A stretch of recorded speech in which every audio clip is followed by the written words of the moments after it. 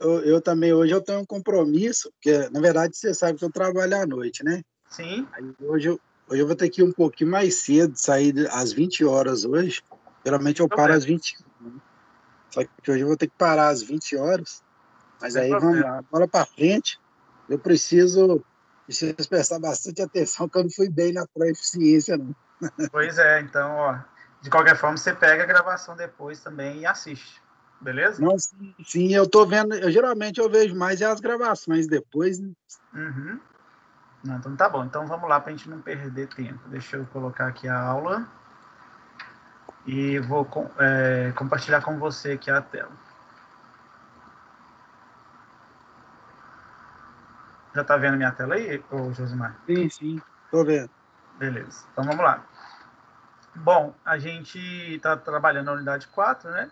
Que são os projetos controladores para os processos industriais. E na aula de hoje nós veremos então como definir os controladores de P&D e sintonizá-los, tá? Definir os parâmetros, né, desses controladores. Mas aí o que a gente viu então nas últimas aulas, né? Bom, a gente viu especificamente, né, na última aula as ações básicas de controle que a gente tem na área industrial, que são a ação liga e desliga e as outras três ações básicas que interagem entre si, né? Que é a ação proporcional, a ação derivativa e a ação integral. Cada uma propiciando alguma vantagem e também alguma desvantagem ao nosso controlador, né? Elas podem ser usadas, né, no caso da proporcional, pode ser usada sozinha, né? E da ação derivativa integral, elas podem ser usadas em associação com a proporcional ou entre as três, tá? Então, os três principais controladores que a gente vai encontrar aí na indústria, né, é o controlador proporcional, o controlador proporcional integral e o controlador proporcional integral derivativo, que é o P&D, né? Geralmente são esses três. Mas existem outras associações, né, para a gente poder como é que fala? Estabelecer qual tipo de controlador que a gente vai usar, tá?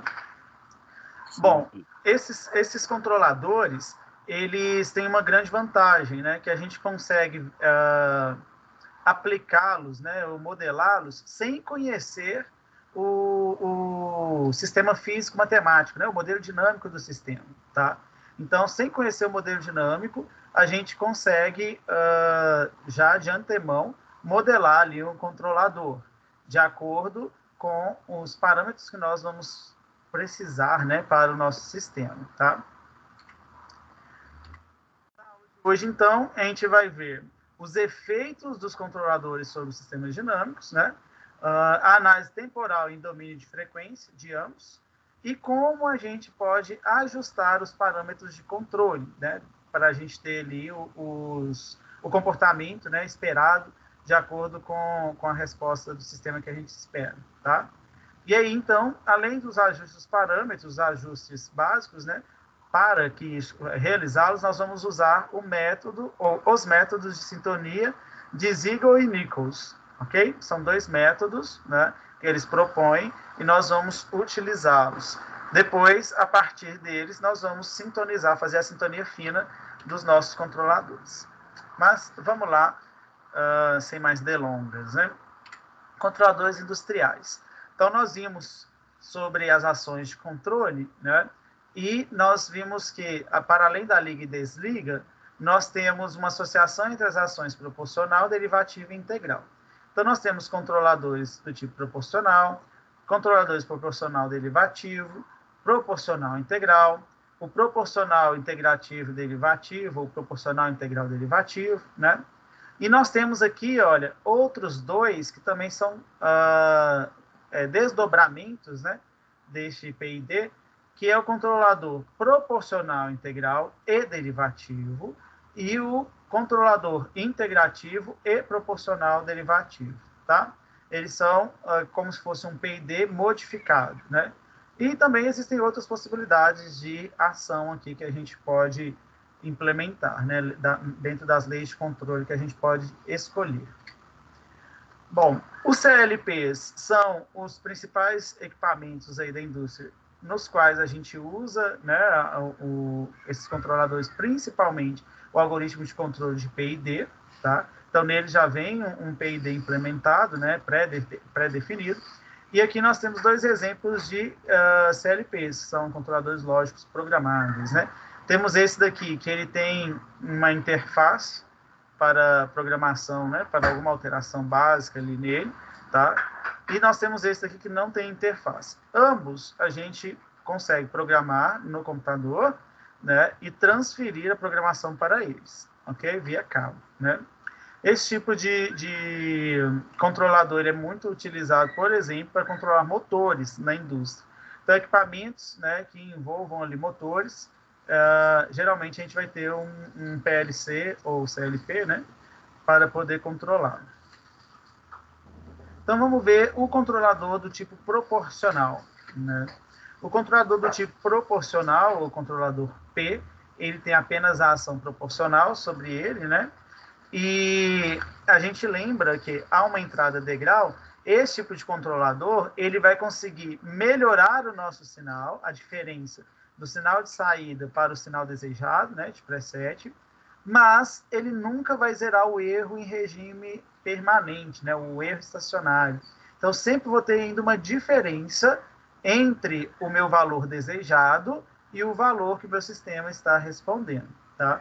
Mas, dependendo do tipo de sistema, basta, é suficiente um controlador do tipo proporcional, tá? Então, olha, esse erro de regime estacionário, ele é calculado por meio do teorema de valor final, né? Então, imagine aqui, nós temos um sistema, tá? Esse sistema é realimentado, né, com realimentação unitária, e aqui está meu controlador, ok? O erro é a diferença entre o meu sinal de saída e o meu sinal de entrada. Ou seja, o sinal real medido e o sinal desejado, ok? Aqui, então, eu terei o erro, esse valor como sendo o erro, né? Um erro de regime estacionário, tá? Ou erro estacionário de regime permanente. Para a gente poder colocar um controlador, geralmente ele vai vir assim, né? Antes do meu sistema, porque geralmente não, ele sempre vai vir antes do meu sistema, né, obviamente, porque é ele que vai controlar o valor que vai entrar no sistema de modo a alterar o valor de saída para que ele se iguale ao valor desejado, tá?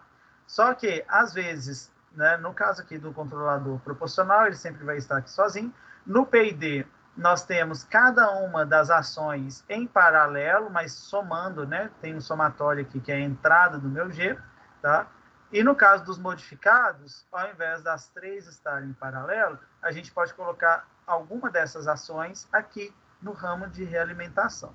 Mas não é o caso na escopo, né, da nossa disciplina, mas só para a gente saber que isso é possível. Voltando aqui, então, para o nosso sistema, né? O controlador proporcional, conforme nós vimos, ele não acrescenta nem um zero e nem um polo ao sistema. Nós vamos comprovar isso daqui um pouquinho, né? O sistema em malha fechada. O que ele faz é fazer com que as raízes do sistema se encaminhem, né? Elas caminhem em direção dos polos para os zeros, tá? Em malha fechada. Então, é isso que o meu controlador proporcional faz por meio do ganho. Então, vamos lá. Aqui nós temos o sistema, né? O meu GDS aqui é esse sistema de primeira ordem. Ele é de primeira ordem porque o polinômio característico, que é o polinômio do denominador, tem como maior potência de S o valor igual a 1, ok? E aí a gente vai calcular o erro por meio do teorema de valor final. Então, o teorema de valor final nos diz o seguinte, que o limite da função erro quando t tende ao infinito, ok? Ou seja, quando o meu t vai para o infinito, meu erro em regime permanente, né? Ele vai ser igual, na frequência, ao limite da transformada de Laplace deste erro, vezes S, quando o meu S tende a zero, ok? Então, vai ser o limite de S, E de S, quando o S tende a zero. O meu E de S aqui, ele é quem? Ele é a diferença entre o Y de S e o R de S. Tá? Então, o valor que eu quero, positivo, menos o valor real que eu estou medindo. Então, meu erro é R menos Y aqui, ok? Bom, calculando isso daqui, pessoal, o que nós teremos? Essa parte aqui a gente mantém, né? Vamos calcular o nosso erro aqui. Então, vou pegar o meu mouse menor para a gente fazer um pequeno cálculo. Então, a gente sabe que esse tipo de arranjo, ele vai nos dar aqui, né? Qual que vai ser a minha função de transferência do sistema em malha fechado, o sistema todo. Então, a gente começa pela saída, né? O y de S, ele vai ser igual ao g de S vezes o Kp. Eu vou chamar de C, que é controlador, tá? Então, G vezes C, vezes o erro, né? E quem que é o erro? O erro é R menos Y. Beleza? Bom, então, para a gente achar a função de transferência, a gente tem que fazer Y sobre R, né? Saída sobre entrada. Então, agora a gente tem que resolver isso daqui para a gente conseguir isolar o Y e o R. Então, vai ser Y é igual GC vezes R, GC, R. GC menos Y, menos GC, Y. Ok? Agora eu vou colocar todo mundo que tem Y do lado de cá e quem não tem do lado de lá. Então, vai ficar Y. E esse termo aqui que está negativo, passa para cá positivo. Mais GCY. É igual, do outro lado sobrou o GCR. GCR. Ok? Colocando o Y em evidência, nós temos aqui Y dividido por Y, 1. Mais GCY dividido por Y, GC. GC é igual a GCR. Agora a gente consegue achar a função de transferência.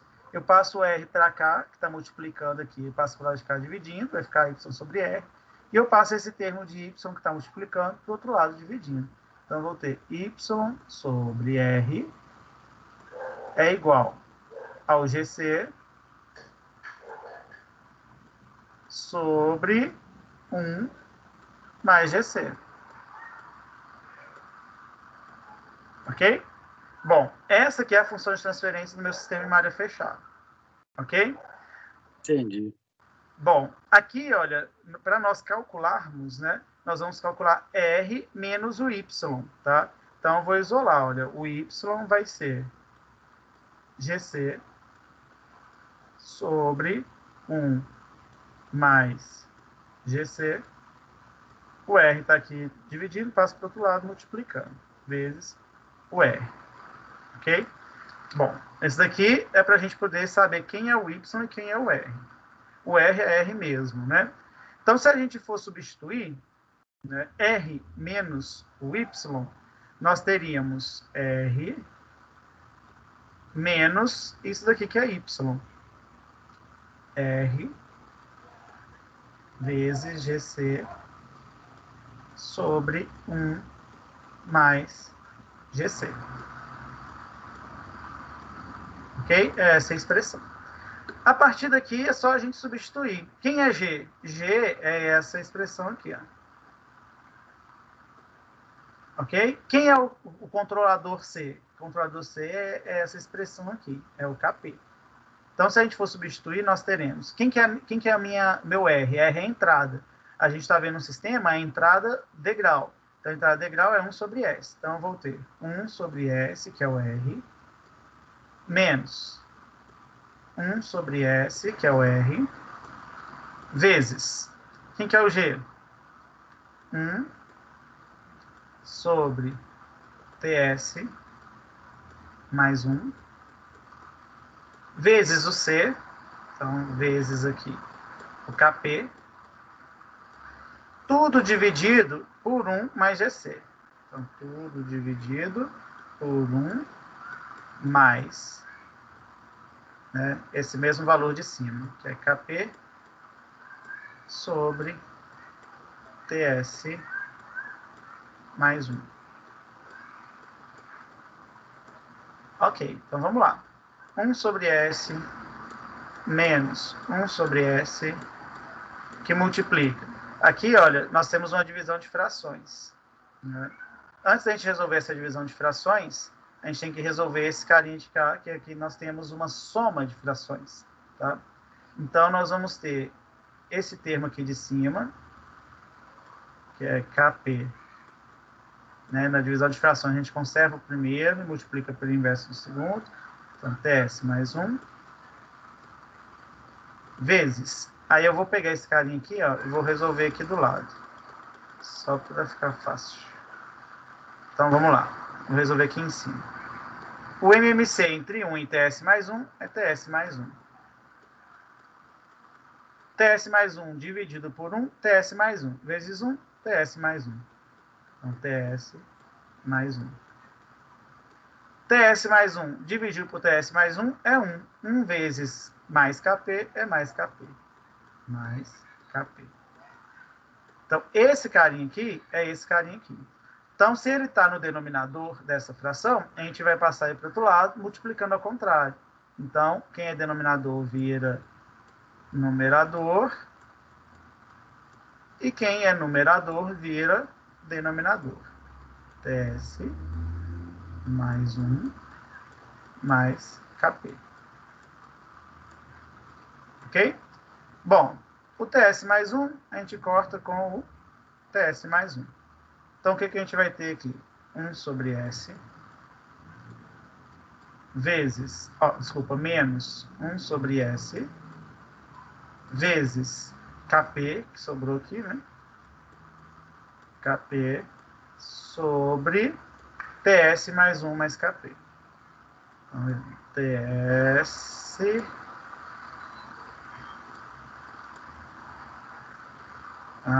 vamos lá. Deixa eu pegar a borracha aqui. Oi, pode falar. Não. Tranquilo. Então, vezes, vou colocar mais para cima para ver se eu consigo escrever. KP sobre TS mais 1 mais KP. Que é exatamente isso aqui, tá vendo? Então, eu só desenvolvi para vocês entenderem como que ele chegou nesse valor. Nesse resultado. Isso, tá? Então, é exatamente esse valor. O que a gente fez, então? A gente descobriu qual que é a função de transferência, né, da malha fechada, e aí a gente substituiu os bloquinhos, né, pelos valores dados, ok? Lembrando que aqui é uma entrada degrau, então é 1 sobre S, meu R é 1 sobre S. Beleza. Daqui, então, a gente aplica o teorema, né? Olha só o que vai acontecer. Substituindo, né, multiplicando os valores aqui, nós vamos ter, tirando o MMC aqui, eu vou pegar a borracha e vou apagar, só para a gente tirar o MMC ali também, para vocês poderem ver como faz. Vou pegar aqui em cima. Nos outros eu não vou fazer assim não, tá? Eu estou fazendo aqui para vocês verem, lá na frente a gente não precisa repetir, né? Bom, vou tirar o MMC entre tudo isso aqui. O MMC entre S e S, TS mais 1 mais KP, vai ser S, TS mais 1 mais KP. Esse é o MMC, ok? Desse termo todo aqui e esse termo. Então, isso daqui dividido por S vai dar TS mais 1 mais KP. Menos. Tudo isso aqui dividido por tudo isso aqui dá 1. 1 vezes KP vai dar KP. Ok? Agora sim, né? Nós vamos fazer o limite disso daqui quando o S tende a 0. Ok? Deixa eu só ver aqui uma coisa. Tal.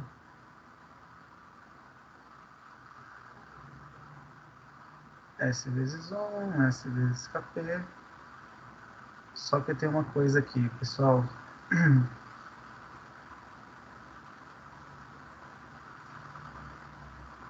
Se meu S está aqui, STSKP,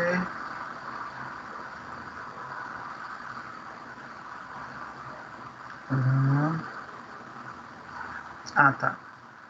Isso daqui,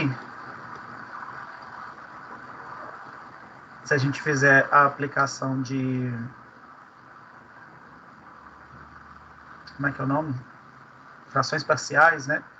A gente pode chegar no... Mas vou aplicar frações parciais aqui não. O que a gente precisa saber, vamos lá. Quando o meu TS, esse S aqui está sobrando. Ó, borracha. É isso. Então, o MMC é ele. Exato. Então, olha, quando o S vai tender a zero, o que vai acontecer aqui? Esse carinha tem S, ele vai para zero. KP menos KP é zero também. Então, em cima vai sobrar 1. Aqui embaixo, esse carinha vai tender a zero, vai sobrar aqui 1 mais KP. Que é esse valor aqui de baixo. Beleza. Então, significa que, para este sistema, o erro de regime permanente é dado por este valor.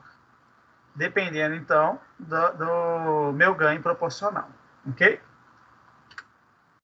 Vamos ver um exemplo aqui, então, deste sistema da sintonia, da influência, né, deste ganho proporcional sobre o sistema. Então, olha, nós temos um sistema aqui rotacional, né, massa amortecedor, ok? Onde o J aqui é a minha inércia, né, da massa, o B é o meu amortecimento viscoso, o θ é a minha saída, né, o ângulo de torção, o T é o torque, é a minha entrada, ok? E o D aqui é um distúrbio, é um torque, mas que também ele é o distúrbio. Então, vamos ver o que vai acontecer.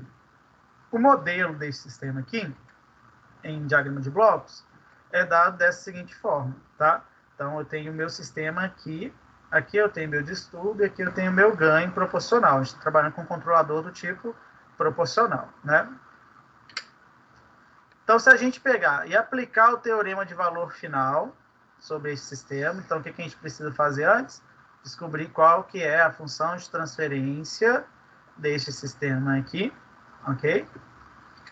E aí, a gente vai chegar que é essa função aqui, né? Aqui eu tenho a minha entrada, eu estou falando que a minha entrada, olha, ela é zero, tá? Então, se a gente tiver uma entrada igual a zero, e o distúrbio, né, que é esse carinha aqui, é uma perturbação degrau com amplitude alfa. Então, é como se fosse um degrau, mas que a amplitude dele é diferente de 1, tá? A amplitude dele é alfa. Então, o que vai acontecer? Nesse sistema, né, menos aqui, o zero, né, o menos continua aqui, alfa vezes 1 vai ser alfa. Se todo mundo aqui embaixo for, os S forem zerados. Então, esse S tende a zero, esse S tende a zero, tende a zero, tende a zero. Quem que vai sobrar? O alfa aqui em cima e o Kp embaixo. Então, vai ficar o menos alfa Kp. Este aqui, olha, é o erro em regime estacionário, regime permanente, né, para esse sistema dado. Ok? Então, a gente vê que, independente de qual vai ser o valor do meu ganho, Kp, né, que eu estou inserindo no sistema, eu sempre vou ter um erro. Obviamente, se eu tiver um ganho muito alto, eu posso ter um erro muito pequeno, tá? Mas nós vamos ver que também a gente pode levar o nosso sistema à instabilidade. Se a gente aumenta muito o ganho proporcional, tá? Vamos ver, então, qual que é a influência do controlador proporcional integral ao sistema. Por quê? Nós chegamos nesse ponto aqui, a gente melhora bastante a resposta do nosso sistema em regime permanente, ou seja, eu consigo chegar bem próximo do valor desejado, mas eu sempre vou ter um erro. Para corrigir o erro, a gente insere, então, a ação integral, porque a ação de controle integral, ela vai eliminar o erro, ok? Ela vai eliminar o nosso erro. Deixa eu só ver aqui, tem alguém entrando. Então, a ação integral vai eliminar o erro. E aí, a equação deste controlador, lembre, a equação do controlador proporcional é só o Kp. A equação deste controlador vai ser essa daqui. Kp que multiplica 1 mais 1 sobre TIS. Beleza? E aí, se a gente desenvolver isso daqui, a gente pode escrever dessa forma, né? Aqui é o ganho proporcional, aqui é o ganho integrativo, né? E fazendo o MMC aqui, a gente chega a essa outra equação. Qualquer um dos três, a gente pode escrever esse nosso ganho do controlador proporcional integrativo, ok? Então, vamos lá, né? Quando a gente insere esse ganho, esse ganho integrativo, a gente está equacionando dessa forma, né? No regime do tempo e aqui embaixo, olha, no regime da frequência, que é exatamente essa equação aqui que nós colocamos, tá? É um KI sobre S. Lembrando que KI é igual, né, o KI, que é o ganho integrativo, ele é igual a 1 sobre TI, que é o tempo integrativo. Ok? Bom, vamos ver então se existe erro nesse sistema. Eu falei com vocês que quando a gente adiciona a ação integrativa, integral, ela vai zerar o erro de regime estacionário. Vamos ver como é que a gente vai fazer isso? Aplicando aqui de novo o... Esqueci a palavra. Deixa eu voltar lá no início, só para lembrar. Teorema do valor final. Tá? Então, vamos aplicar aqui o teorema do valor final. Então, o teorema do valor final sempre vai ser o mesmo. É o limite de S que multiplica R menos S, menos Y, desculpa, quando S tende a zero. Bom, dado o sistema, né, aquele mesmo sistema que a gente estava usando de primeira ordem, que é 1 sobre TS mais 1, né, só que agora com esse controlador, olha o que a gente vai ter, né? 1S menos 1S vezes essa função aqui, esse sistema todo, ok? Esse é o nosso sistema em malha fechada, ok? Dado um controlador do tipo PI, né? Bom, vamos lá então, né? Se a gente operar aqui, ou operacionalizar isso daqui, nós chegaremos a este valor, tá? Chegando a este valor, ó, o que acontece quando o S tende a zero? Né? Nós teremos aqui um KP... Opa! Deixa eu trocar o mouse. Isso. KPTIS mais 1. Aqui tem 1 menos, né? 1 menos. Aqui embaixo, né? Um TI TS2 mais TI S mais KP TIS mais um KP.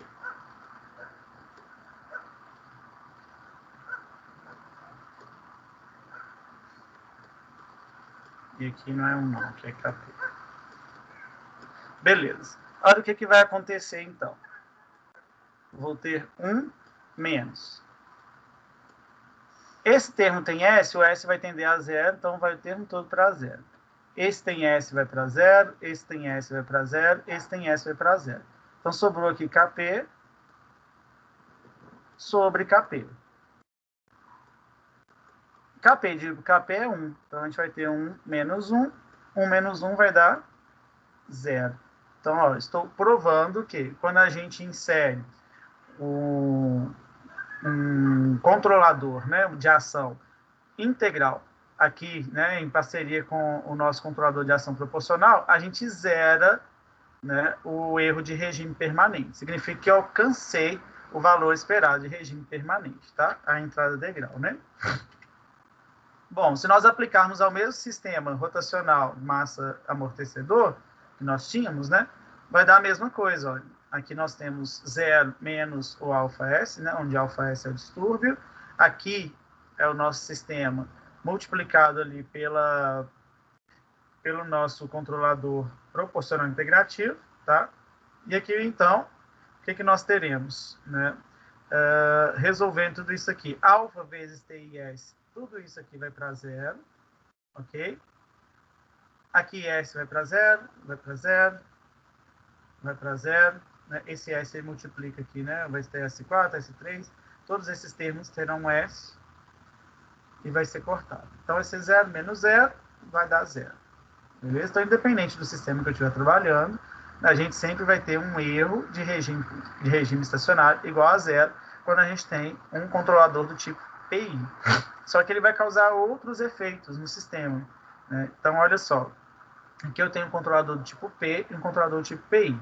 Supondo aqui um sistema de primeira ordem, né? 1 sobre 0,5S mais 1. Esse sistema genérico que a gente está trabalhando aqui é 1 sobre TS mais 1, ok? Bom, se eu ponho apenas um ganho proporcional, então, olha, lembra que eu estou trabalhando com uma entrada do tipo degrau, que é 1 sobre S. Então, olha, a amplitude aqui máxima é 1. O meu sistema estava aqui embaixo, que é essa linha cheia aqui, tá? Se eu aplico, que é o ganho igual a 1, ou ganho nenhum, né? O ganho igual a 1 não tem diferença para nós. Se eu aplico, então, um ganho igual a 10, um ganho proporcional, olha o que ele faz. Ele sai daqui, que está muito distante lá do 1, e eleva aqui para cima, nessa linha aqui tracejada, ok? Ele eleva aqui para cima. Se eu elevo o meu ganho para 50, ele vai ainda mais perto, né? Está bem pertinho aqui do meu valor desejado. Mas, olha, eu tinha esse erro aqui, né? Com o ganho igual a 10, e eu mantenho esse erro aqui também, ó, para o ganho igual a 50. Eu sempre vou ter um erro de regime estacionário, tá? De novo, pode ser que esse valor aqui, por exemplo, seja aceitável. Então, só o meu controlador com ação proporcional é suficiente. Mas, se não for, eu tenho que adicionar, então, uma ação integrativa. Olha um outro efeito que ele causa, né? No tempo de subida e acomodação. Olha o tempo de acomodação aqui. Aproximadamente igual a 1 segundo no meu sistema normal. É o tempo que ele demora para chegar no regime permanente, né? Para responder. Quando eu aplico um ganho igual a 10, né? O tempo de acomodação está aproximadamente aqui. Vamos dizer aqui, né? No olhômetro. Ok? Então, olha, eu melhorei o tempo de resposta desse sistema, né? Demais. Se eu aplico um ganho de 50, olha, o meu tempo de resposta está aqui, ó. Então, eu venho aqui para pertinho. Ok? Então, eu melhorei ainda mais o meu tempo de resposta, o que é bem interessante para nós, ok? Agora, olha o que acontece quando eu insiro uma ação integrativa neste controlador. Aqui eu tinha meu sistema, né, essa linha cheia aqui, está longe aqui do meu 1, né, da minha entrada degrau, ok? O que eu faço? Né? Nessa entrada degrau, nós temos aqui, então, um ganho igual a 1 e um tempo integrativo igual a 1, tá? Lembrando que o tempo integrativo, o meu controlador, né, vai ser aqui um KP sobre TIS. Ok? Então, olha, ele está aqui embaixo. Quanto maior for, menor vai ser o meu ganho. Quanto menor for, maior vai ser o meu ganho aqui.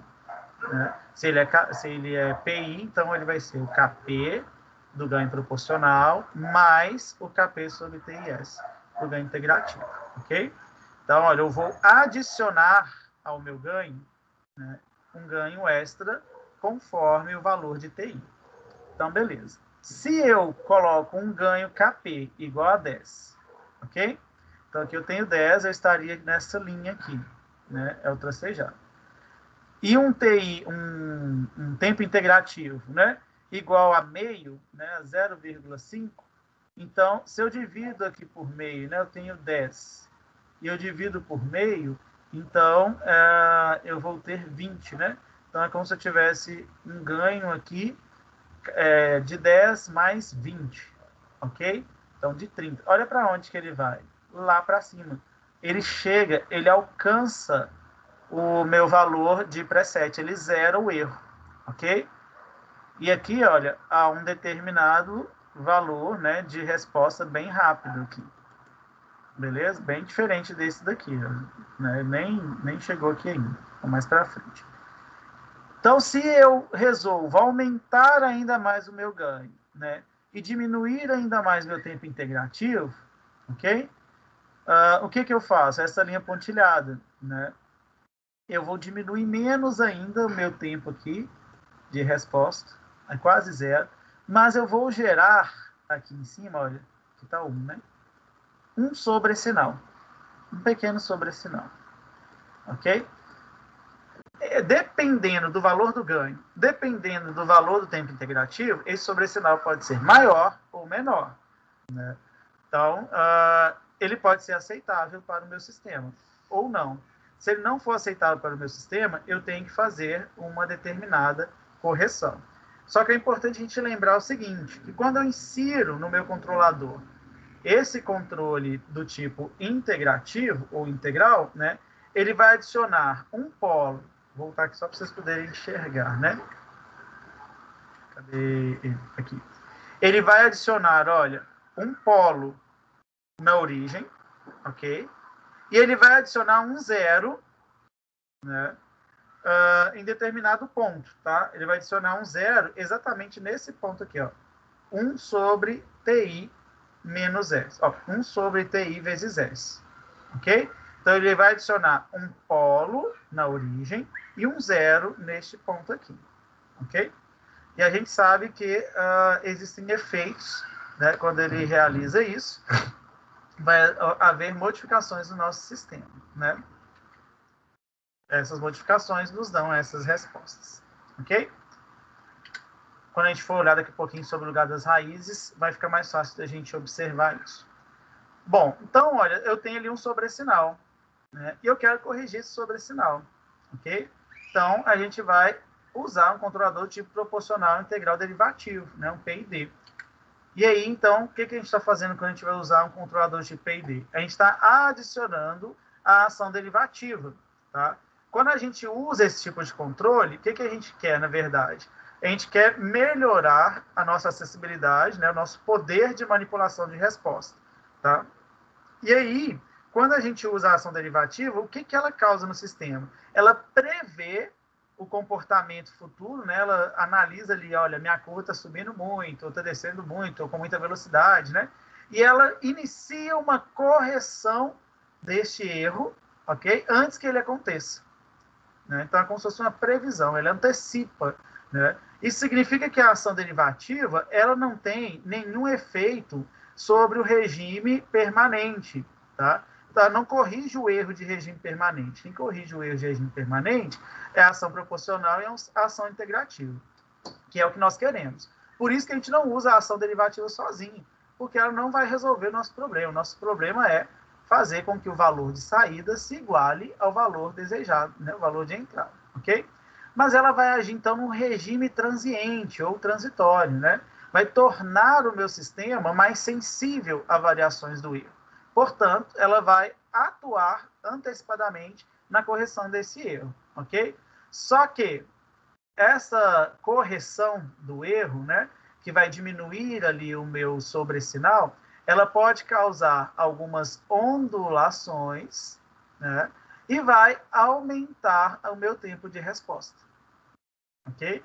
Então, a gente precisa estar atento a isso, né, para ver o que é aceitável para os nossos casos. Então, olha só, um controlador do tipo PID, ele é dado por essa equação, né? É o Kp mais o Kp TDS, que é a ação derivativa, mais o Kp sobre TIS, que é a ação integral. Ok? Resolvendo isso aqui, a gente pode reescrever desta forma o nosso controlador, né? Então, olha que coisa interessante. Se a gente pegar aqui as equações das métricas temporais que a gente tinha, que a gente já viu, né? Então, nós temos o tempo de subida, o tempo de pico, né? O nosso sobressinal, ok? Essas métricas aqui, elas são métricas de performance, métricas de projeto, né? A gente define quais são esses valores, né? Que nós precisamos para o nosso sistema, tá? Inclusive, também o nosso tempo de acomodação, né? Bom, o que define, então, cada um desses termos é quem? É a nossa frequência natural e o nosso amortecimento, ok? Aqui, ó, frequência natural, amortecimento, né? O WD, que é frequência natural, amortecimento. Frequência natural, desculpa. Aqui nós temos o amortecimento, ok? Então, esses parâmetros, né, que vão definir quais são o comportamento aqui das minhas métricas, ok? Então, para a gente mexer nisso daqui, né, a gente vai perceber que se a gente alterar os valores do tempo derivativo, que é o ganho derivativo, do tempo integrativo, que é 1 sobre o ganho integrativo, né, e o ganho proporcional, que é o KP, né, a gente vai conseguir ter uma resposta temporal que se aproxime desses requisitos de métricas, ok? Mas a gente vai ter que ajustar parâmetro por parâmetro, né? Porque eles não têm uma relação direta, não tem uma equação, né? Que mostra, vai ser esse daqui, se eu alterar isso daqui, tal, tal, tal. Isso daqui é a nossa expertise, tá? À medida que a gente vai aprendendo a trabalhar com o controlador, com esse tipo de controlador, a gente vai verificando o quê? Se eu aumentar esse daqui, eu melhoro, tal. A gente já sabe que se a gente aumentar o ganho derivativo, por exemplo, a gente melhora o sobressinal. Ok? Mas a gente, olha, aumenta o tempo de subida, né? E também o tempo de amortecimento. Ok? Então, a gente consegue imaginar já algumas ações para melhorar essas métricas temporais, a resposta do meu sistema no tempo, né? Então, bem, enfim, uma das maneiras de escolher esses valores, né, é por meio das especificações de desempenho, né, que são aquelas que nós já falamos, das métricas, né, de modo que a gente vai conseguir, então, limitar qual o valor máximo ou mínimo que eu tenho para o meu ganho KP, para o meu tempo integrativo e para o meu tempo derivativo, ok? Se nós já tivermos o modelo do sistema em mãos, se a gente tiver modelado o sistema, tiver ele em mãos, a gente consegue fazer isso de forma analítica, por meio de mudanças lá no gráfico de lugar das raízes, tá? Na alocação dos polos, né? Se nós não tivermos este modelo, aí começa a ficar um pouco mais complicado e a gente vai ter que usar métodos de sintonia para poder ajustar esses valores de KP, de TI e de TD, ok? Bom, pode ser que a gente não tenha um modelo em mãos por 2 motivos, né? Motivos financeiros ou o tempo que a gente precisa para resolver o problema, ok? Então, às vezes, isso daqui são 2 fatores que nos impedem de ter os modelos em mãos. Mas isso não impede da gente modelar o nosso controlador, ok? A gente vai modelar, então, o controlador por meio de métodos de sintonia do PID. E aí nós vamos estudar aqui 2 métodos propostos pelo Siegel e pelo Nichols, tá? Que é chamado aqui, então, de método de sintonia de Siegel-Nichols, ok? Eles vão, então, ajustar os parâmetros, né? De modo que esses valores KP, TI e TD forcem a operação do sistema a uma estabilidade. Só que tem um detalhe, eles não vão garantir os requisitos de desempenho. Então, o que isso vai me fornecer a princípio, né? Ou em princípio? Ele vai me fornecer um sistema estável. Beleza? Depois que eu tiver esse sistema estável, eu vou ter que fazer uma sintonia fina, né? Um ajuste fino de sintonia para poder ir alterando esses valores de modo a alcançar, sim, os requisitos de desempenho, né? Os parâmetros de desempenho de projeto, né? Mas vamos lá, então, ver o que são esses métodos, ok? O primeiro método, né? Bom, antes de falar do primeiro método, falar o que são os métodos, né? Bom, esses métodos, eles são uma espécie, né, de tomada de valor inicial para esses 3 valores, um valor específico, hipotético, tá? E a partir desses valores que a gente tomar, a gente consegue, então, visualizar a resposta do nosso sistema dentro de uma estabilidade mínima, né? Ou ele pode ser estável ou criticamente estável, tá? Dependendo do método. E a partir daí, a gente consegue refinar a resposta, alterando os valores dos ganhos, né? Então, ó, um dos métodos baseia-se na resposta do sistema em malha aberta a um degrau, que é o primeiro que a gente vai ver, e o outro inicia seu processo com um ajuste do ganho proporcional de malha fechada para tornar o sistema marginalmente estável, ok? Então, são os dois. Qual que é a vantagem disso? A gente não começar o controlador do zero, né, sem a mínima noção de onde a gente vai iniciar, e também para que a gente não dependa exclusivamente de ter um modelo dinâmico em mãos para poder programar, né, para poder modelar o nosso controlador, tá? Então, o primeiro método, né, ele fala o seguinte, né, ele se aplica em sistemas que tem aqui uma resposta à entrada de grau semelhante a uma curva S, ok? E aí, então, ó, vamos considerar esta equação aqui desse sistema. Né? Nós já sabemos como é que é o modelo, mas a gente vai aplicar o método para a gente ver que dá certo, tá? Então, o que a gente faz? Né? O que a gente precisa entender? A gente precisa achar, olha, o valor de L e o valor de T. E quem é L e quem é T? Né? Quem são esses carinhos? Bom, L é para nós, olha, a quantidade, né, um espaço ali, quantidade de L, que é o atraso do meu sistema. E o T, ele vai ser a nossa constante de tempo, ok? Mas como que a gente vai definir um ou outro? Bom, eu tenho aqui o meu sistema, olha, que é essa curva cinza, que a resposta dele é uma entrada de grau, ok? O que eu faço? Eu pego essa curva e eu faço a derivada primeira e depois a derivada segunda igual a zero. Quando a minha derivada segunda é igual a zero, é esse ponto aqui, ó, esse ponto que é chamado ponto de inflexão. Nesse ponto, eu vou traçar uma reta tangente a ele, né, e a curva, ok? Quando eu traço essa reta tangente, ela vai tocar o eixo aqui embaixo, né, o meu eixo horizontal, e ela vai tocar lá em cima também o meu degrau, né, o valor aqui do degrau que eu pré-determinei. Bom, a distância entre a origem e o ponto onde a minha reta toca aqui o meu eixo horizontal, ou seja, quando a minha amplitude é zero, a gente chama de atraso, que é o L. Ok? Depois, a distância desse ponto, né, onde a reta toca aqui o eixo horizontal, né, ou seja, quando a amplitude é zero, né, e o ponto, né, onde ela toca lá em cima o meu degrau, né, aqui também no eixo horizontal, essa distância a gente chama de constante de tempo, ok? Bom, com esses dois valores, a gente tem uma tabela, ok?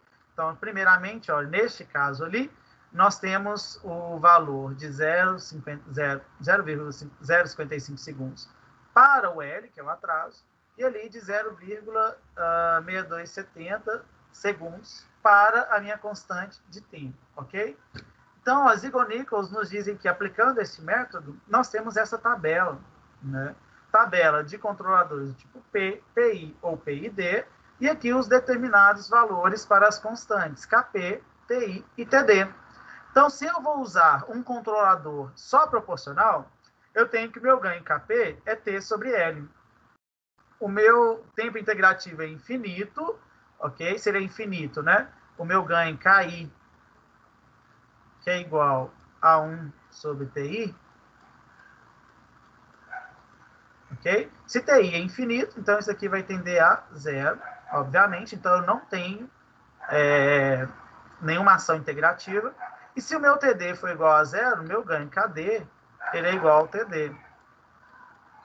Então eu não tenho ganho KD também, então obviamente eu só tenho aqui um ganho proporcional. Então por isso meu controlador vai ter só ação proporcional, controlador tipo P. Se eu quero usar um controlador do tipo PI, então, olha, o meu valor do KP, do ganho proporcional, vai ser 90% de T sobre L. E o meu valor do TI vai ser L sobre 0,3, ok? E, obviamente, eu não tenho um ganho derivativo, né? Eu estou trabalhando só com o PI, ok? Se eu for trabalhar com um controlador do tipo PID, então, olha, o meu ganho KP ele vai ser 120% de T sobre L. O meu tempo integrativo vai ser 2 vezes o meu atraso, né? 2 vezes L. E o meu tempo derivativo vai ser metade do meu L. Ok? Então, vai depender do tipo de controlador que a gente está usando. Qual desses três, né? Então, olha só. Nós temos o nosso controlador. Ele é essa equação, como a gente já viu, né? O controlador PID, pode usar esta ou esta de cá. Então, se nós usarmos essa primeira parte, nós estamos trabalhando com o PID. Então, a gente pode substituir. Quem é Kp? Kp é 1,2 sobre TL. Então, 1,2 vezes TL. Que multiplica 1 mais. Quem é, aqui eu inverti, mas beleza. Quem é, então, 1 sobre TIS? Vai ser 1 sobre 2LS, ok? Mais, né, esse daqui representa esse de cá, e esse daqui esse de cá. Quem é TDS? TD é 0,5L, então eu vou ter aqui 0,5 LS, ok? Resolvendo isso daqui, né, tirando o MMC e fazendo a multiplicação, nós teremos, então, que o controlador PID, ele vai ter essa configuração, né, essa equação. 0,6T, que multiplica S mais 1 sobre L ao quadrado sobre S. Olha que coisa interessante que nós já podemos perceber. Esse controlador, ele está adicionando um polo na origem, S igual a 0, né? E ele está adicionando, olha, 2 zeros duplos nesse ponto aqui, ok? No ponto 1 sobre L, né? Então, S menos 1 sobre L, ok? Aqui é sempre S menos 1, né? Isso aqui é mais 1, então, porque equivale a menos 1 sobre L. Então, ele está adicionando um S, um polo e um zero da ação integrativa.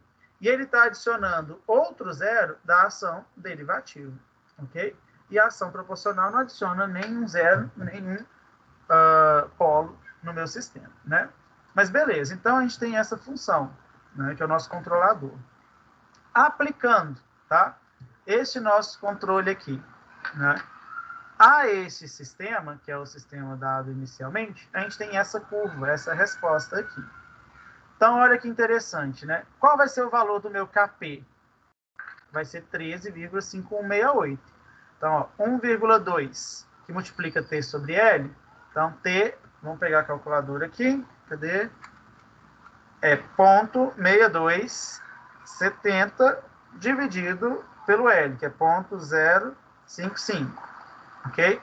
Vezes 1,2.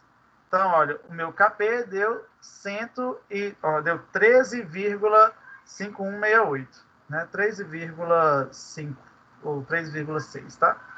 Aproximadamente. Aqui é uma questão de arredondamentos, né? Beleza. Agora, quem que é o meu TI? O meu TI, ele é 2 vezes o L. O L é 0,055. Então, vezes 2 vai dar 0,11. Né? Tá aqui o meu TI. E o meu TD, ele é metade de L. Então, é 0,055 vezes 0,5. Então, 0,0275. Ali, por causa dos arredondamentos, deu aqui uns quebradinhos no final. Tá? Então, nós achamos quais são os valores dos parâmetros aqui, conforme a tabela de Ziegler-Nichols. Ok? Conforme esse valor aqui da tabela.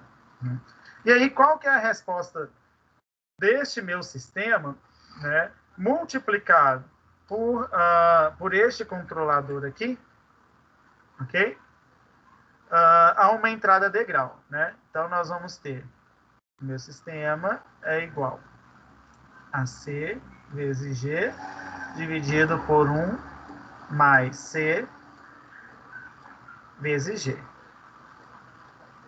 Ok? Então, G é isso daqui e o C vai ser isso daqui, né? Já substituindo os valores aqui de T e de L, né? Bom, aplicando isso lá no MATLAB, nós vamos ter essa resposta, tá? Esse gráfico de resposta. Observem aqui o que acontece. Qual que é o nosso tempo de amortecimento? Aproximadamente aqui, olha.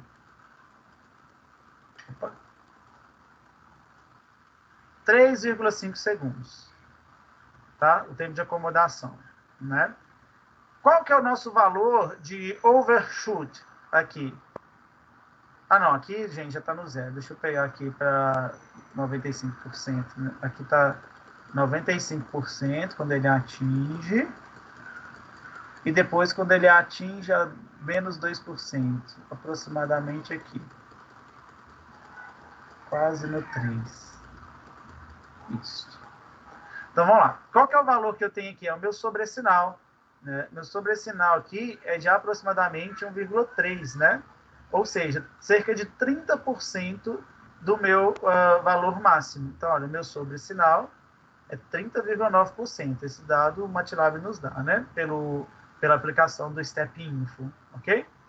O tempo de acomodação, 2,95, que é quando aqui nós estamos utilizando menos 2%, né? Então, dá 2,95. E o tempo de subida, que é esse daqui. Opa.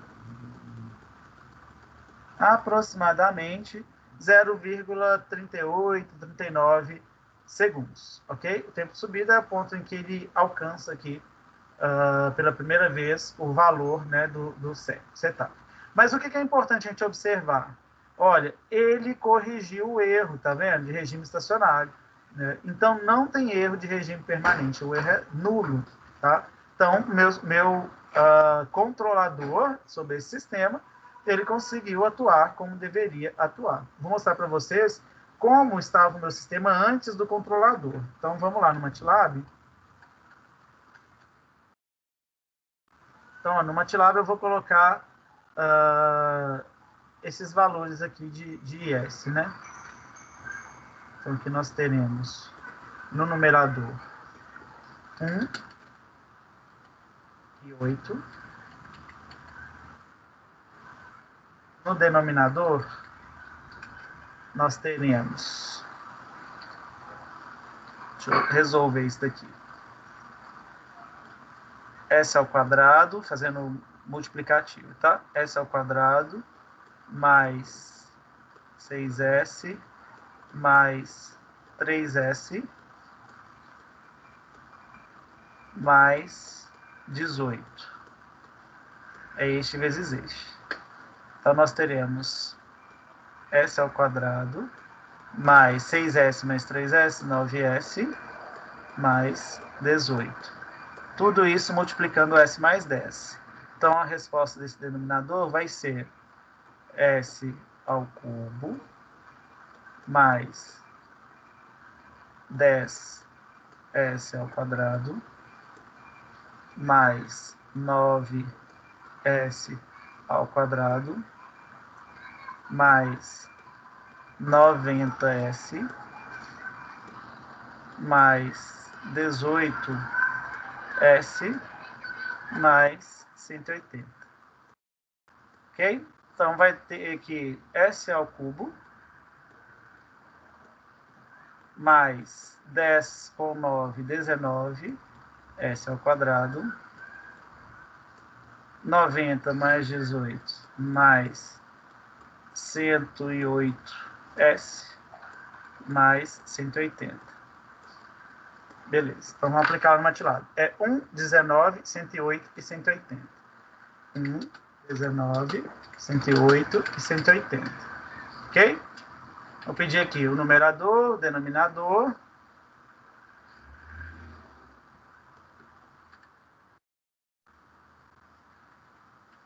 E eu vou pedir aqui uma entrada, vou pedir o G, né?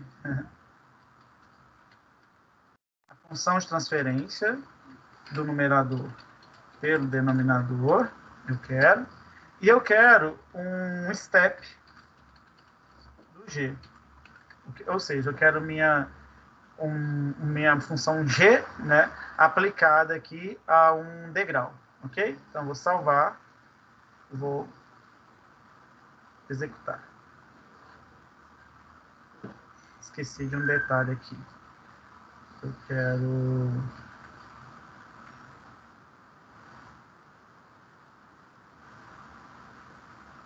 É isso. Deixa eu ver. Aí me deu aqui a função de transferência, né, de resultado final, e vai me dar um gráfico.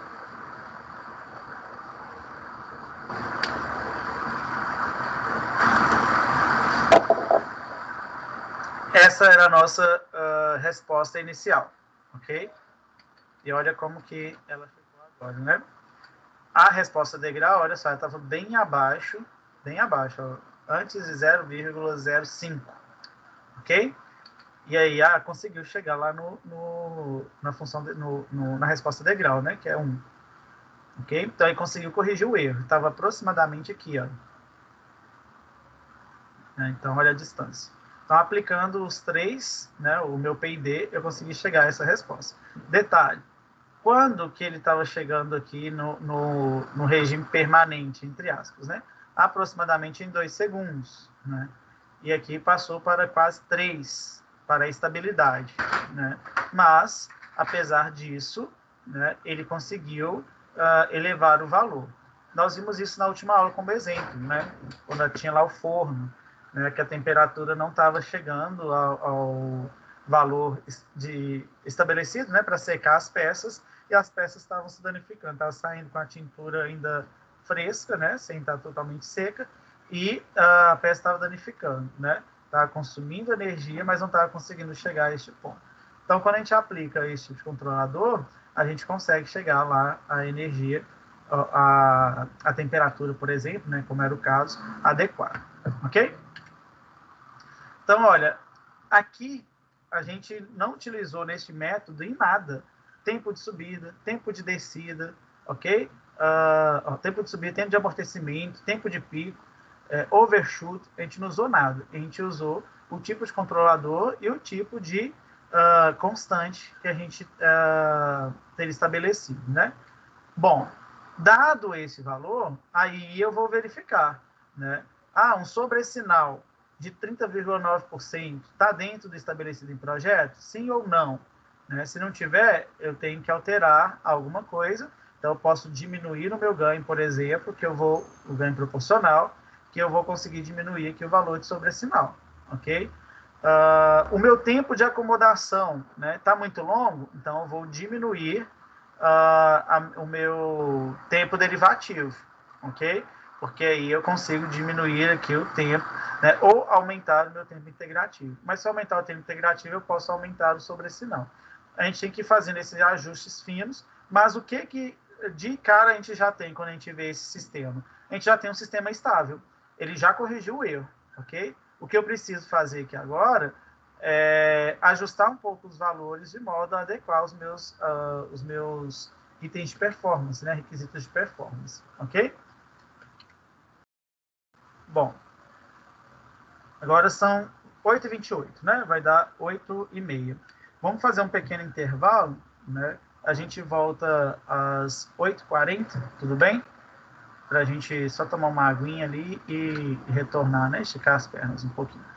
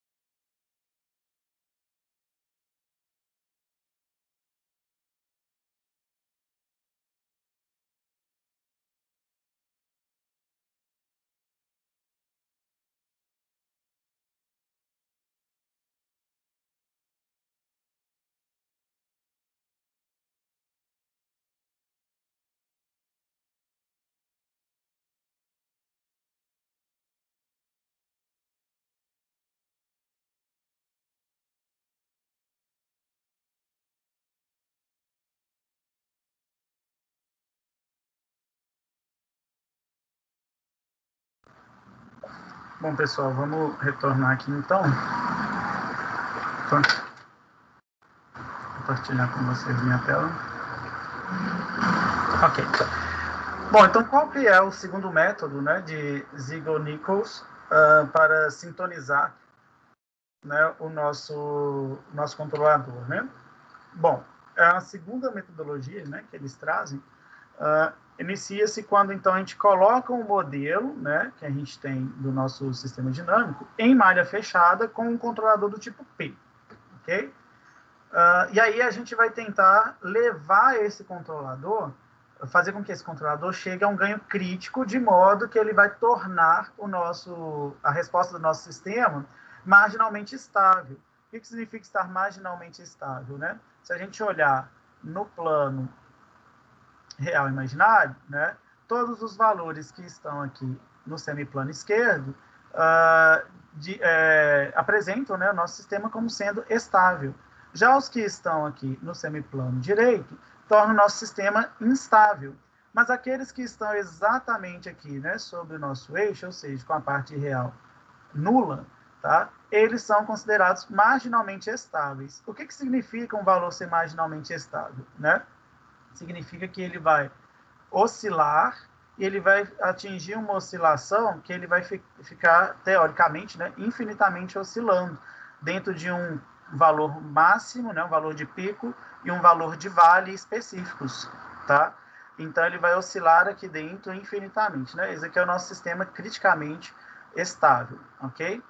Bom, nós vamos ajustar, então, para o ganho crítico, né?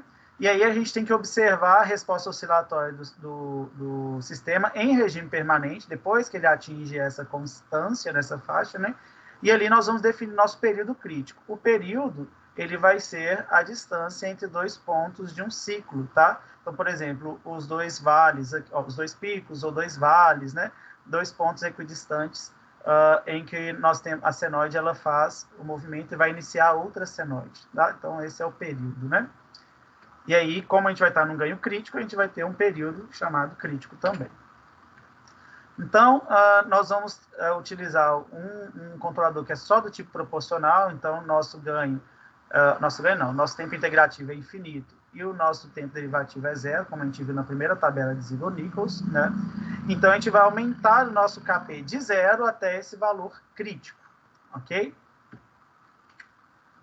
Então, olha, aí, fazendo isso, de posse desses dois valores, do K crítico e do P crítico, nós temos essa outra tabela para a gente fazer a sintonia dos valores dos ganhos, do ganho proporcional, né, do tempo integrativo e do tempo derivativo, ok? Então, olha esse sistema aqui, né? Para exemplificar, apliquemos o método do sistema da equação, que é esse daqui. Então, o que a gente precisa definir, né? Aqui eu tenho um ganho. É o ganho Kp e aqui é o ganho Kp, né? Pela equação a gente já viu isso anteriormente, tá? Quando a gente aplicar ali o nosso controlador, né?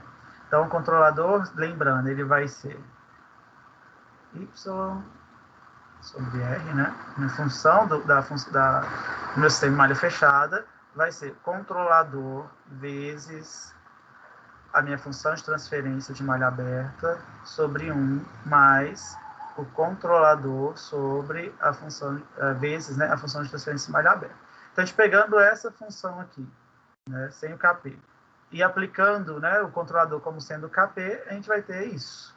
Okay? Quem é meu controlador aqui em cima? Né? Então, vai ser Kp vezes isso daqui, vai dar o Kp. E aqui embaixo, né, nós teremos o Kp aqui no final. Ok? O que a gente faz a partir daqui, então? A gente pega o nosso polinômio característico e aplica o critério de Routh-Hurwitz nele, tá? Então, vou aplicar com vocês aqui do lado. Então, o critério de Routh-Hurwitz na tabela, né, nós vamos ver qual que é a maior potência. Uma potência é S3. Então, nós teremos aqui, ó, S3, S2, S1 e S0. Ok? Os coeficientes 1, 1, 10 e Kp. Então, vai ser 1, 1, 10 e Kp. Ok? E aí, para a gente achar isso daqui, então é 1 vezes 10 menos 1 vezes Kp dividido por 1. Então, vai ser 10 menos Kp dividido por 1, né? Então, vai sobrar 10 menos Kp. É o valor daqui. O B2, né? 1 vezes 0, 0. 1 vezes 0, 0. 0 menos 0, dividido por 1, é 0, né? Ok. Agora o valor aqui de baixo. Nós vamos ter Kp, 10 Kp, 10 menos Kp, né? Vou até colocar em parênteses, que esse aqui é um termo só, tá? 10 menos Kp, vezes Kp. Né? Então, vai dar 10 menos Kp.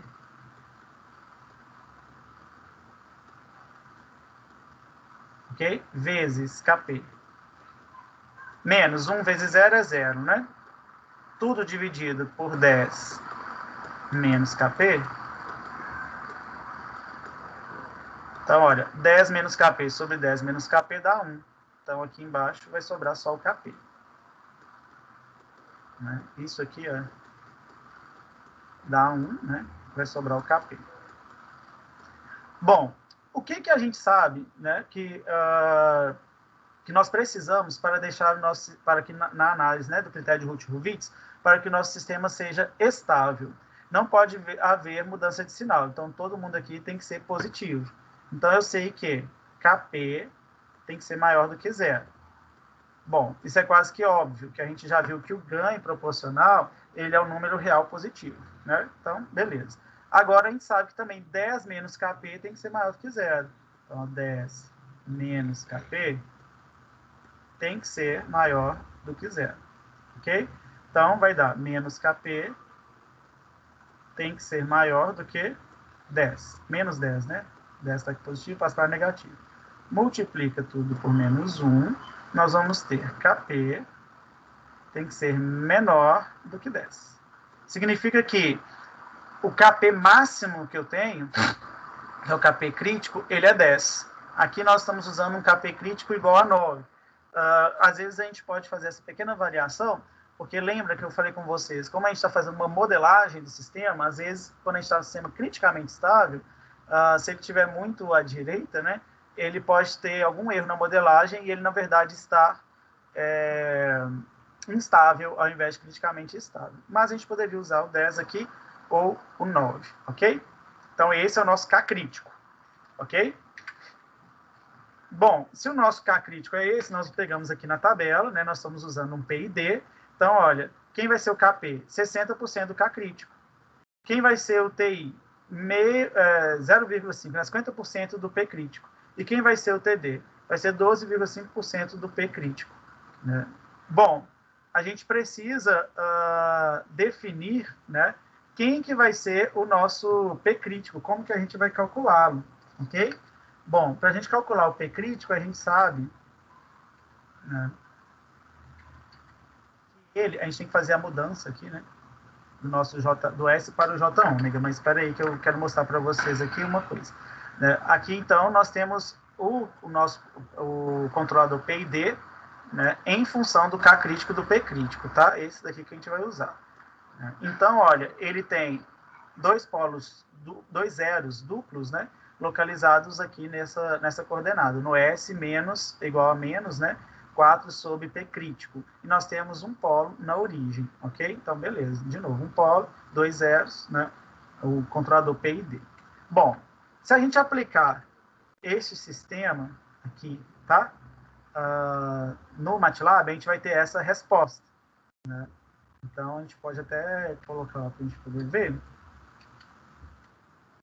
No MATLAB. Então, olha, quem vai ser meu numerador vai ser 9. Quem vai ser meu denominador? 1, 10 e 9. 1, 10 e 9. Vamos ver a resposta entrada integral dele.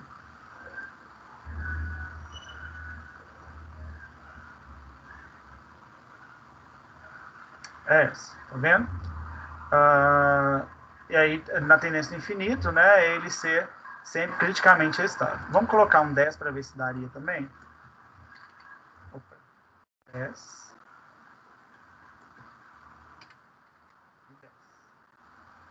Salvar.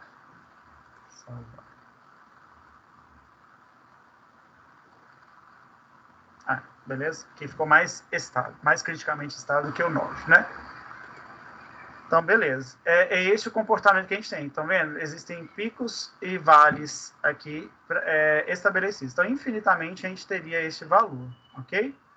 Nunca chegaríamos à estabilidade. No 9, a gente chegaria à estabilidade em um determinado momento. Mas o 10 aqui é melhor para a gente definir isso, né? Bom, então agora a gente precisa calcular quem que é o período, né?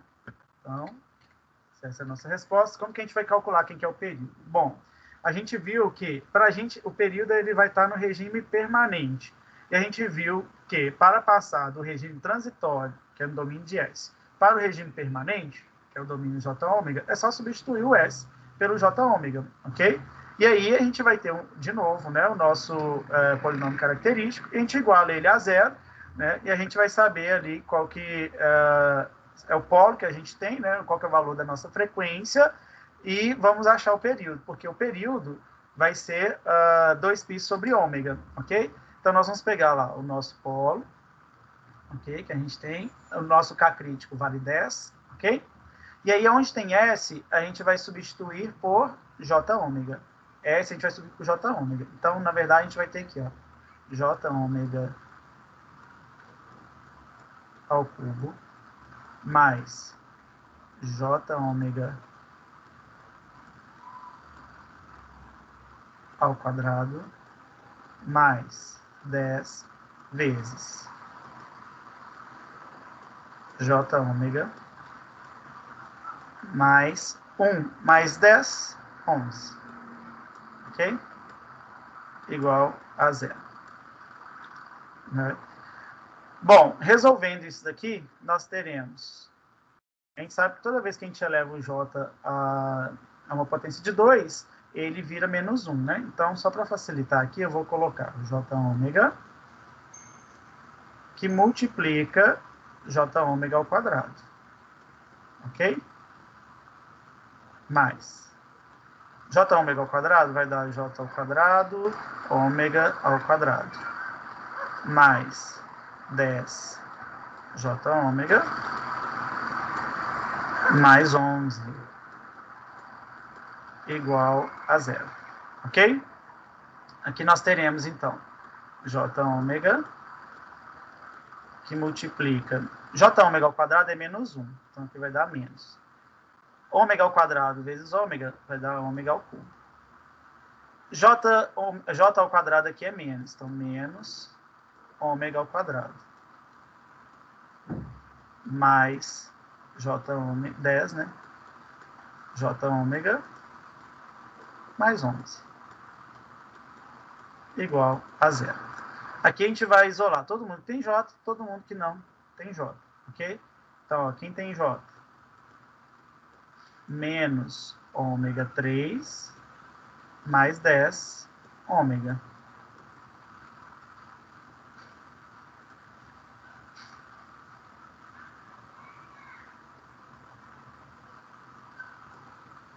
Mais, quem não tem J? O ômega ao quadrado, menos ômega ao quadrado, desculpa, mais 11. Igual a zero. Beleza, então agora, por esses valores, a gente vai achar quais são os nossos valores dos polos, tá? Do ômega, né? Então, nós teremos aqui menos ômega ao quadrado mais 11 igual a zero. Ômega ao quadrado é igual a 11. Ômega é igual a mais ou menos raiz de 11. Ok? Professor, por que está diferente aqui? Porque ele usou o 9, né? Como K crítico, mas a gente viu que não é o 9, é o 10, tá? Estou corrigindo aqui o exercício do livro, né? Então, a raiz de 11, ok? Bom, depois esse valor aqui, menos ômega 3 mais 10 ômega é igual a zero. Eu posso colocar um ômega em evidência, E eu vou ter menos ômega ao quadrado mais 10 igual a zero. Ok? Ômega ao quadrado vai ser... Ômega vai ser igual a zero, né? Desculpa. Um deles. E o outro vai ser menos ômega ao quadrado mais 10 igual a zero. Vai dar ômega ao quadrado igual a 10. Ômega é igual a mais ou menos a raiz de 10. Peraí que tem um erro, gente. Esse 11 não devia estar aqui. Deixa eu ver por quê. 10. 1. Tá. Vamos considerar aqui o 9, que é o valor abaixo, né, do K crítico, pelo erro que eu falei com vocês. Então, aqui vai ser 10. Aqui vai ser 10. Aqui vai ser 10 também. Deixa eu apagar mais fácil. Porque tem que dar os valores iguais dos polos.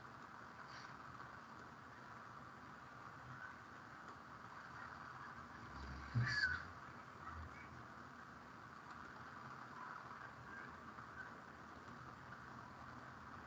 Dez aqui, 10 aqui, 10 aqui e 10 aqui. Aqui é 10, 10 e aqui raiz de 10. Beleza. Então, nós vamos ter mais ou menos raiz de 10 e 0. São os três polos que a gente tem. Ok?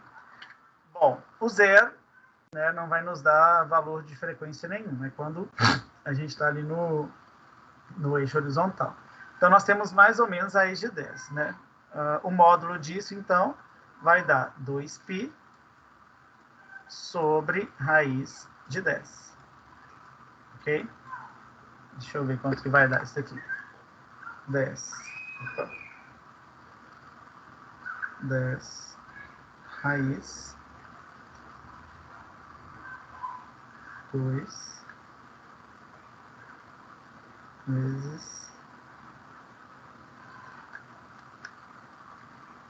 vai dar um valor menor. Mas ok. Calculando isso daqui, vai dar aproximadamente 3,17 alguma coisa aqui. Ok? Então, seria 2 vezes π dividido aproximadamente por 2, né? Aproximadamente 2 aqui daria o valor. Daria quase 3,173 segundos, tá? Então, esse aqui é o nosso período crítico. Bom, dado o período crítico, dado o K crítico, né, a gente vai olhar lá na tabela, Ziegler-Nichols, e aí a gente consegue, então, esses valores. O K crítico, né, ele estava 60% de 9, então vai dar 0,6 vezes 9, é 5,4. Então, meu KP vai ser 5,4. Né? O meu P crítico, o K crítico ali, né, é 0,5 vezes o K crítico, é 4,5, isso mesmo. Agora, o meu TI, né, vai ser metade, então 0,5 vezes o P crítico, que é 3,173. Então, dá 1,586, né? E assim, a gente vai calculando cada um dos valores, né? O nosso D é 12,5%, né? Então, vai ser 3,173 vezes 0,125. Vai dar 0,3966, ok? Então, são os valores das nossas constantes, né? KP, TI e o TD. Beleza? Se nós formos usar só o controlador do tipo P, a gente usaria aqui apenas esse valor. Ok? Se for o controlador só do tipo P. Se for do tipo P e D, a gente usa este valor aqui. Bom, então agora vamos para um exercício, né? Nossa situação problema aqui, nosso exercício final, tá? Então, considere o sistema de controle mostrado aqui na figura, que é este, né, onde eu tenho esse sistema de controle. Aqui eu tenho o meu controlador, ok? E é um controlador do tipo, olha, P e D, tá? Embora vários métodos analíticos estejam disponíveis para o projeto de um controlador PID, né, para o sistema dado, vamos aplicar uma regra de sintonia de Ziegler-Nichols na determinação dos parâmetros KP, TI e TD. Em seguida, obtenha a curva de resposta ao degrau unitário e verifique se o sistema projetado exibe aproximadamente 25% de sobressinal máximo. Isso aqui é um requisito de performance. Okay? Se o sobressinal máximo for excessivo, ou seja, 40% ou mais, faça uma sintonia fina e reduza o valor do sobressinal máximo para aproximadamente os 25% ou menos. Então, vamos lá. Primeira coisa é definir os parâmetros, depois verificar, né? Então, dado esse nosso sistema, o que a gente vai aplicar aqui? Como a gente tem um fator integrativo, né? A gente vai aplicar o segundo método, ok? Então, no segundo método, a gente pega aqui nosso sistema e aplica nele um controlador de ganho proporcional, apenas. Então, nós vamos ter aqui a equação, né, da minha função de transferência em malha fechada será esta.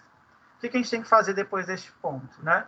A gente vai ter que multiplicar aqui os valores. Então, nós teremos S, que multiplica S vezes S é S ao quadrado, S vezes 5 é 5S, 1 vezes S é 1S, e 1 vezes 5 é 5. Ok? Mais o KP. Aqui, então, nós teremos S ao cubo, mais 5 mais 1, 6. 6S ao quadrado, S vezes 5, mais 5S, mais KP. Então, aplicando lá na tabela de Hurwitz, né, exatamente essa equação, nós temos a maior ordem, que é 3, então 3, 2, 1 e 0. Nós teremos os coeficientes 1, 6, 5 e KP. E para calcular, então, a gente faz 6 vezes 5, 30, menos 1 vezes KP, que é KP, dividido por 6, ok? Aqui é 0, né? Vai dar 6 vezes 0, menos 1 vezes 0, dividido por 6, é 0.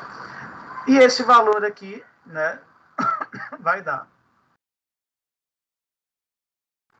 30 menos KP sobre 6 vezes KP.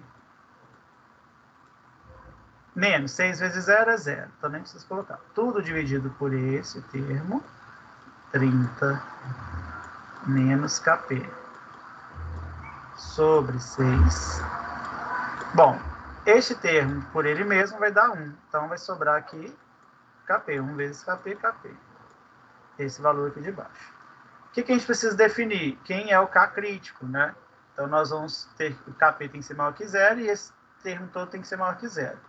Então, ó, 30 menos KP sobre 6 tem que ser maior do que 0. 6 está dividindo, passa para multiplicando, vai dar 0, né? Então, vai dar 30 menos KP tem que ser maior do que 0, ok?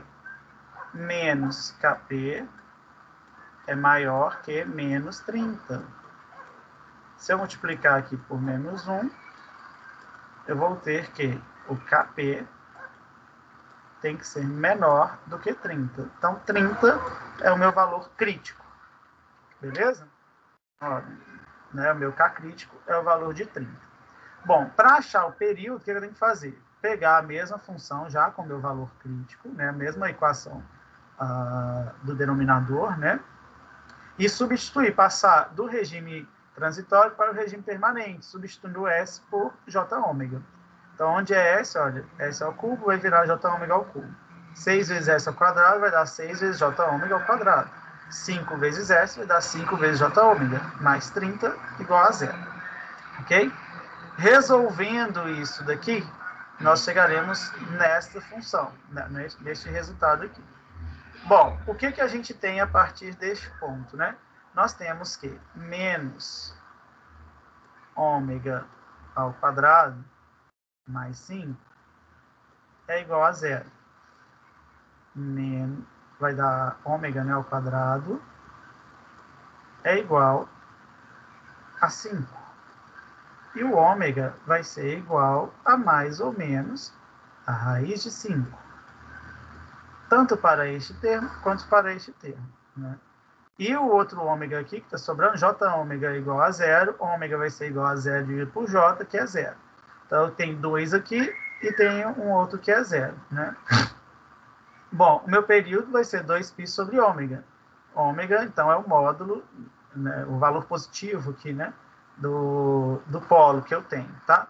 Então, vai ser 2π sobre a raiz de 5, né? 2π sobre a raiz de 5 vai nos dar este valor aqui de período crítico. Então, aplicando isso lá na tabela de Ziegler-Nichols, né, o Kp vai ser 60% do K crítico, né, o K crítico deu 30, então 60% dele é 18. O TI é 50% do P crítico, então 50% disso daqui é 1,405. E o TD é 12,5% do P crítico, né, que vai dar 0,35124. Ok? Bom, esta aqui é a função de transferência do meu sistema, do meu controlador, né, PID. Então, eu só substituo os valores do Kp, do TI e do TD, eu chego a esta equação aqui para o meu controlador, ok? Meu controlador do tipo PID, né? Então, olha, a equação do controlador é essa, e essa é a equação do sistema, né? Fazendo aquela relação, né, que é o C, no caso aqui, sobre R, né, vai ser a minha equação, a minha função de transferência do sistema em malha fechada, vai ser igual ao controlador, né, vou colocar aqui GC, que ele coloca, né, vezes o G, dividido por 1, mais GC, vezes o G. Opa. Ok? Substituindo por estes valores, né, a gente vai ter essa função de transferência. Ok? E aí vamos aplicar essa função de transferência para ver lá no sistema como que vai ficar. Então, olha, quem vai ser o meu numerador? 6.3223, 6.3223, 18, 12.811, 12.811, ok?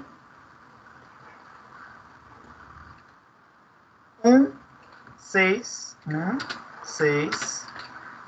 denominador, né? 11.3223, 11.3223, 18 e 12.811, 18 e 12.811, ok? Então, eu quero saber qual que vai ser o comportamento aumentado a degrau. Bom, é esse o comportamento. Então, olha, o valor está acima de 60% sobre esse sinal, né? E eu tenho um tempo aqui de acomodação aproximadamente 10 segundos. Bom, nós sintonizamos e tornamos aqui, ó, o erro em regime permanente foi corrigido, né? Tá certo. Então, a gente tem que melhorar isso daqui. Tá? A gente pode melhorar isso daqui, porque eu tenho que diminuir isso daqui para 25%, né? Máximo de 25%, aproximadamente 25%. Não pode ultrapassar 40%, mas o desejável é 25%. Tá? Então, o que a gente precisa fazer? Alterar os valores, né? Então, a gente pode, olha, alterar o valor, manter o valor do ganho em 18, ok? E vamos alterar, olha, arredar o nosso polo para este ponto. O polo está aqui em menos 1,4235, né? Que é a localização dos polos duplos. E a gente quer, então, arredar ele para menos 0,65. O que a gente está vendo aqui? Ele está bem lá na frente. A gente quer trazer ele mais para próximo da origem, ok? Então, eu vou reduzir. Para reduzir o polo, eu tenho que mantendo aqui o ganho, eu vou ter que alterar o TI e o TD. Beleza? Então, aí eu faço as operações. Agora, eu vou ter esta função do meu controlador. Aplicando essa função do meu controlador no meu sistema, né, aplicando ela aqui e fazendo essa continha aqui para o sistema, nós vamos ter um sobressinal agora, né, de resposta de 18%. Tá? Só que, beleza, 18%. Mas eu posso, então, chegar lá no meu sobressinal de 25%, melhorar o meu ganho. Né? Vou mostrar o gráfico para vocês. Aqui era o inicial, né? E aqui, olha, quando eu consigo alterar o meu ganho para 18 aqui, ó, manter o meu ganho para 18, né? E alterar os valores do TI e TD, eu caio, olha, para cerca de 18% do meu sobressinal, né? E o meu valor aqui do tempo de acomodação, ele cai lá para 6 segundos. Já melhorou bastante. Mas eu posso aqui melhorar ainda um pouquinho mais, que eu posso chegar no ganho de até 25%, né? Se eu chego no ganho de 25%, eu diminuo o meu tempo de subida. Olha só, meu tempo de subida aqui está aproximadamente 20, né? Aqui eu consigo diminuir ele para mais próximo desse 20 ou até antes, né? Então, o que eu preciso fazer? Agora eu vou manter, né, esse valor aqui que eu alterei do 0,65, então eu vou manter o meu TI e o meu TD, e eu vou alterar o ganho, tá? Então eu vou aqui praticamente dobrar o ganho, né? Pouco mais, 39,42, ok? Meu ganho era 18, vou para este 39,42. Fazendo aqui essa continha, eu chego nessa representação da minha função do controlador, vou aplicá-la aqui, e aplicando essa equação, a gente vai ter uma nova função, semelhante a essa, tá? Qual que vai ser a resposta dessa nova função? Vai ser essa daqui. Então, eu consigo chegar aqui no meu ganho, próximo, o meu ganho não, meu sobressinal, próximo a 1,28, ou seja, 28%. Está acima dos 25%? Tá, mas está abaixo dos 40%, então é aceitável, né? Mas por que é aceitável? Porque eu ainda consigo, olha, chegar aqui em um tempo de acomodação, né? De aproximadamente 2,5 segundos. Então, meu tempo de resposta melhorou demais. Era 10 e foi para 2,5, né? Ultrapassando apenas um pouquinho. Se eu mantivesse no que estava antes, eu ia estar aqui com 6. Olha, de 6 eu consegui cair para 2,5, né? Meu tempo de resposta. Então, vale a pena, neste caso, né? A gente alterar também o ganho, para a gente aumentar aqui um pouquinho. A gente aumentou o ganho, então a gente vai aumentar o sobressinal, mas a gente vai reduzir aqui o tempo de resposta. Então, olha, o K que a gente vai usar é esse, de 39,42. O tempo integrativo é de 3,77 e o tempo derivativo é de 0,7692, ok? Para esse sistema, ele vai ser suficiente aí para a modelagem do sistema, né? Para manter o sistema estável e corrigir o erro, tá vendo? Mas ele melhorou também a resposta e manteve o sobressinal ali dentro do que o projeto previa. Ok? Aqui, né? Bom, pessoal. Tem alguma dúvida? Vocês querem que refaça alguma parte?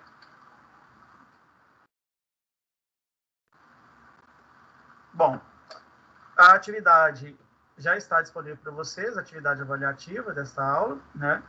E assim que eu conseguir liberar aqui, eu já ponho lá também o vídeo, os slides já estão lá também, ok?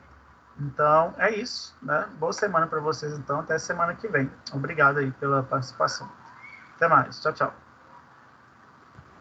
Obrigado, Emerson. Com Deus. Valeu, com Até Deus semana que também. vem. Até, tchau, tchau.